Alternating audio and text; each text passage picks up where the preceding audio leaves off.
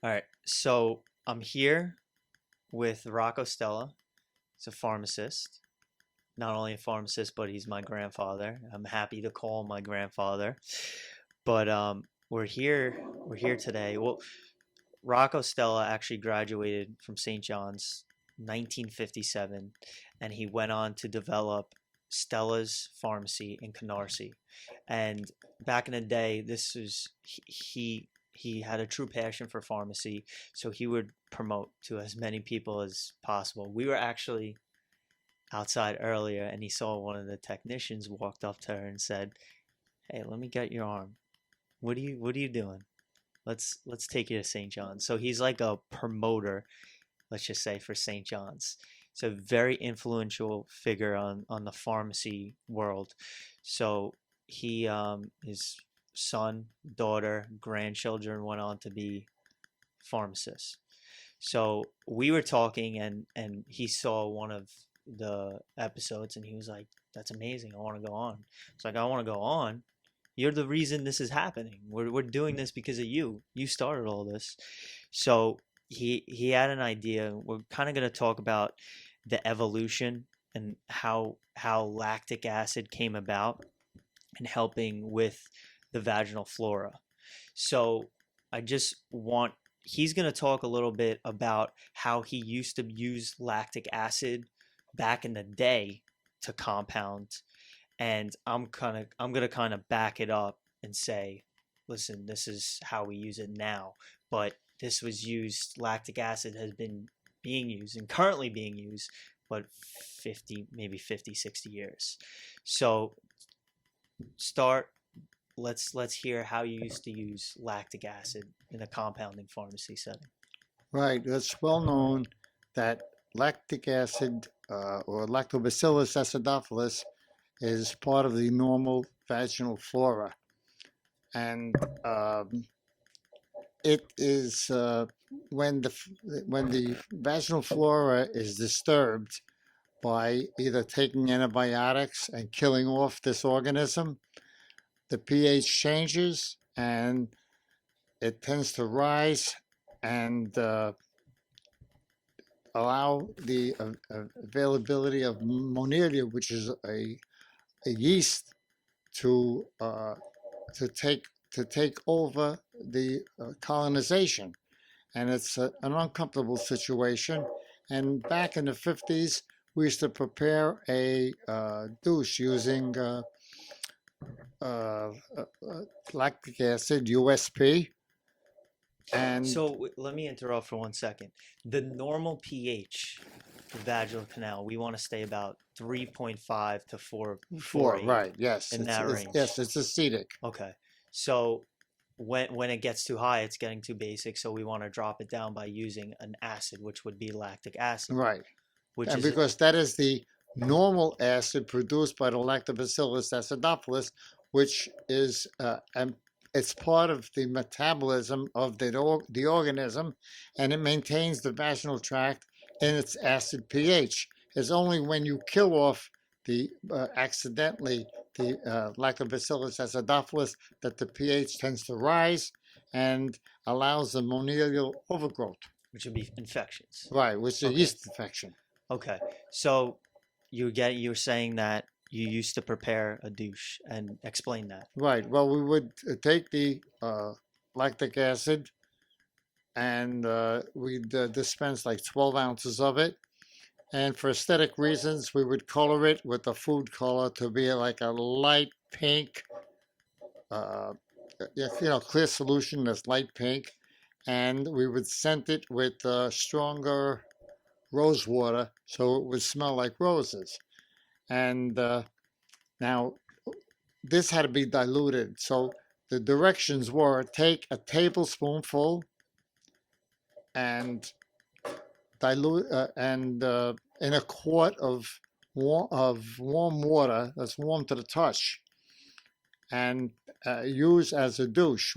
This would be administered to a syringe as a douche, and it would be a lavage inside the vagina and replace uh, the uh, the Monelia with lactic acid and create a healthy environment for the Lactobacillus acidophilus to flourish and grow.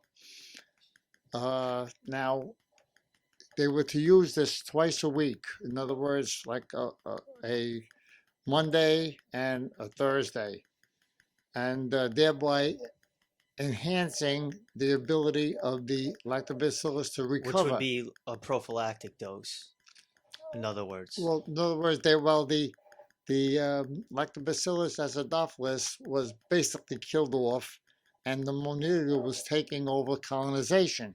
Okay. So, by using the douche, this would set the stage for the acidity, bad for the Monelia, and the lactobacillus would start to grow again, and try to maintain the lower pH.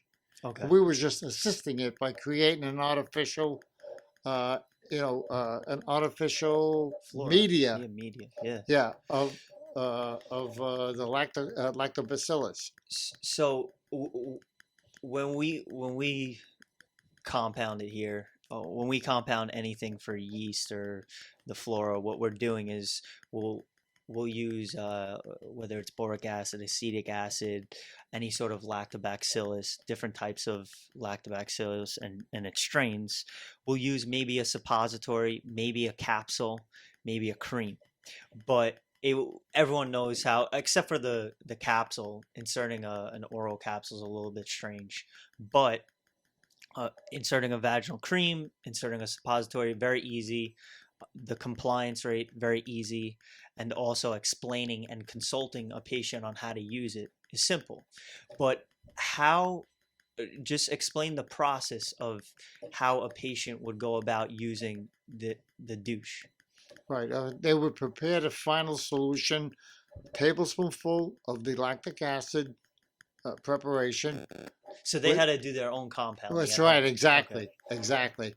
In a quart of warm water, and utilize that as a douche. It would be put into a douche bag or a enema syringe with the douche pipe at the end of it, and just administer it in a bath. Okay. All right. Simple, but time consuming. Today, no one has time. No one has time. That's right. But beneficial. Why is it beneficial? That no one has time? No. Why is the preparation, a douche, a little bit? Why would it be beneficial for the patient? Well, because you immediately replace the lactobacillus with the acid, which supports its growth. Exactly. The lactic acid, that's what's there. Yeah. And it's in a dilute solution. Yeah. And so if you use it twice over the course of a week, you're made up much more comfortable. People nowadays are using probiotics, oral probiotics, right. But I don't think there's nothing that's going to beat that. Just going straight to the source. Right. That's over a long term. Yeah. If you have the infection today, you can't start probiotics and expect it's a long wait. Long wait. So yeah, I mean, now what we're doing nowadays with lactic acid is we usually prepare about a 0.21% topical cream, or we'll use actually a suppository. We'll see it maybe second line to a boric acid, because a boric acid might be a little bit stronger, and there's a little bit more reference to boric acid in the medical literature. So we see it here and there, and we use it. We definitely use it, but it's cool to see the evolution of how compounding pharmacy started. And this was something that was quite common for you, and now it's something that's quite common for us. And we're seeing it here and there, and we're making creams and formulations. But it's nice to see the evolution of compounding pharmacy. In the day, it was so correct. You follow, supporting the war between the Lactobacillus acidophilus and the Monelia. Yeah. And and it was pH dependent. Exactly. Who was winning this war? pH dependent, and doctors are still fighting this war. Uh, we get calls all day.